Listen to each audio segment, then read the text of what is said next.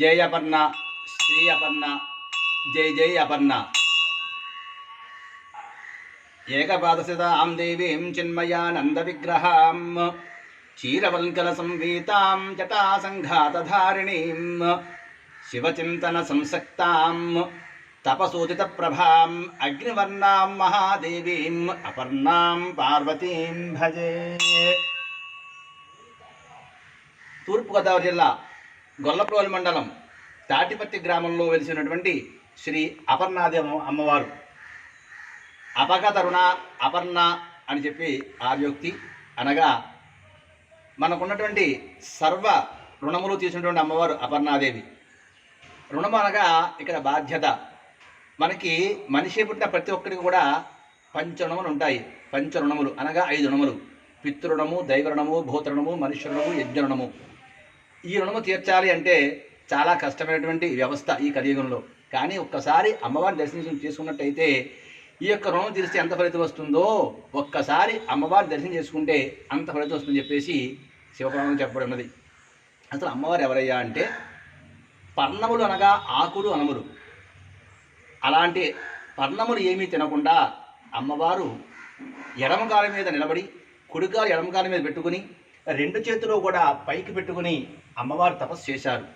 అలా తపస్సు చేసి పరమేశ్వరుని ప్రసన్నం చేసుకుని ఆయన్ని భర్తగా పొందిన అమ్మవారు. ఆ భర్తగా పొందిన వివాహ సందర్భంలో అమ్మవారు వరమడుగుతారు పరమేశ్వరుణ్ణి. ఏంటయ్యా అంటే, ఇంత కష్టపడి తపస్సు చేశాను కదా, ఈ తపో ఫలితం అంతా కేవలం నా వరకే కాకుండా లోక కళ్యాణార్థము ఉపయోగపడేట్టుగా వరం అని చెప్పేసి ఆ పరమేశ్వరుని అడిగితే ఆ పరమేశ్వరుడు చెబుతాడు. ఏంటయ్యా అంటే, ఎవరైతే నీ నామాన్ని స్మరిస్తూ ఉంటారో, ఎవరైతే నేను అర్చిస్తూ ఉంటారో వారికి కుజదోషం తొలగిపోతుంది, అలాగే వారికి ఉన్నటువంటి కాసపదోషం తొలగిపోతుంది అని చెప్పేసి చెప్పడం జరిగింది. సాధారణంగా కుజదోషం అన్నట్టయితే మనకి లోకంలో ఏంటంటే ఇప్పుడు వివాహం ఆటంకము అని చెప్పేసి అంటారు. అది నిజమే. కానీ కేవలము వివాహం ఒకటే కాకుండా రుణాలు ఏర్పడుతూ ఉంటాయి, విద్యకు ఆటంకం ఏర్పడుతూ ఉంటుంది, ఉద్యోగానికి ఆటంకం ఏర్పడుతూ ఉంటుంది, వివాహానికి ఆటంకం ఏర్పడుతూ ఉంటుంది, అలాగే చేస్తున్న వ్యాపారంలో ఒడిదుడుకులు ఏర్పడుతూ ఉంటాయి. ముఖ్యంగా సంతానానికి ఆటంకం ఏర్పడుతుంటుంది ఈ కుజదోష ప్రభావం వల్ల. చిన్నతనంలో ఆరోగ్యానికి, యుక్త వయసులో వివాహ ఉద్యోగానికి, ఆ తర్వాత చేస్తున్న ఉద్యోగంలో ఆటంకాలకి కూడా ఈ యొక్క కుజుడు యొక్క ప్రభావం ఎక్కువగా ఉంటుంది. ఆ కుజదోష ప్రభావానికి, ఆ కుజుడు యొక్క దోష ప్రభావానికి ఒక్కసారి అమ్మవారి నామం శ్రీ అపర్ణాయై నమః, శ్రీ అపర్ణాయై నమః, శ్రీ అపర్ణాయై నమః అని ఆ నామాన్ని 108 సార్లు స్మరించుకున్నట్టయితే ఆ దోషం తొలగిపోయి అమ్మవారి యొక్క అనుగ్రహం వల్ల ఆ ఏదైతే కామ్యసిద్ధి ఉందో, ఏదైతే కోరిక ఉందో నెరవేరని చెప్పేసి చెప్పడం జరిగింది. అంతేకాకుండా ఈ వేళటువంటి అన్యోన్య దాంపత్య సమస్య అంటే భార్యాభర్తల మధ్య పొరపక్షాలు అంటే ఇబ్బందులు వచ్చి వారికి విడాకులు వచ్చేటువంటి పరిస్థితి ఎక్కువగా ఏర్పడుతుంది ఈవేళ. ఆ ప్రభావం కూడా కుజదోష ప్రభావము. రెండవది కాసర్పదోష ప్రభావము అనగా కేతు దోషము, రాహుదోషము వల్ల ఏర్పడుతూ ఉంటుంది ఈ యొక్క అన్యోన్య దాంపత్య సమస్య. అలాగే చేస్తున్న వ్యాపారంలో ఒక్కసారిగా కోటీశ్వరుడు ఉన్నటువంటి వ్యాపారం ఒక్కసారిగా దివాళా తీసేయడం ఏర్పడుతుంది. ఇలాంటి సమస్యలు కూడా అమ్మవారి యొక్క నామం స్మరించినట్లయితే ఆ దోష నివారణ జరిగి వారికి మంచి జరుగుతుందని చెప్పేసి చెప్పడం జరిగింది. ఈ అమ్మవారిని చూడండి, చేతులు 2 కూడా పైకి ఉన్నటువంటి రూపము. అలాగే పాదదర్శనము. అమ్మవారికి పౌర్ణమి అభిషేకం చేస్తాం. ప్రతి పౌర్ణమి నాడు అమ్మవారికి అభిషేకం జరుగుతుంది. ఆ అభిషేకం చేసిన రోజున అమ్మవారి యొక్క నిజరూప దర్శనం చేయడం జరుగుతుంది. చూడండి, అమ్మవారి మూర్తి యొక్క ప్రతిరూపం ఇక్కడ పెట్టాము. చూడండి అమ్మవారి రూపాన్ని.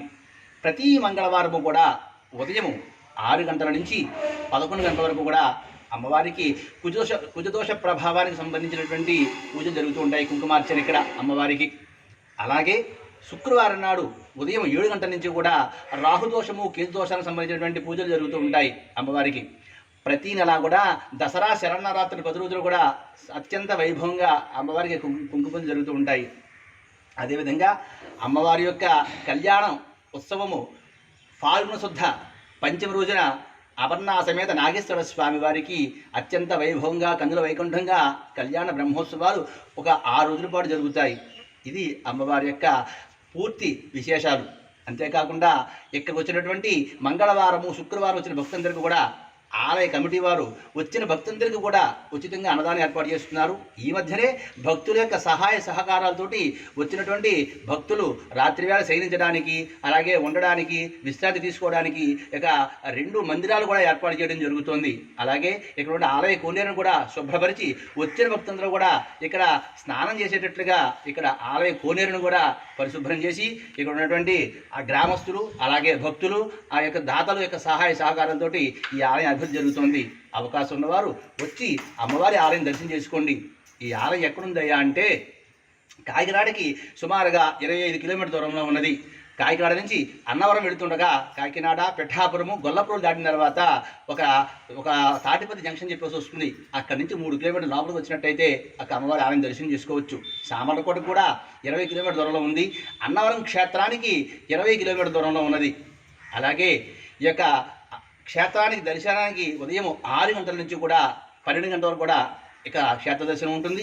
అలాగే సాయంత్రం వేళ 5 గంటల నుంచి 7:30 వరకు కూడా ఈ యొక్క అమ్మవారికి దర్శనం చేసుకోవచ్చు.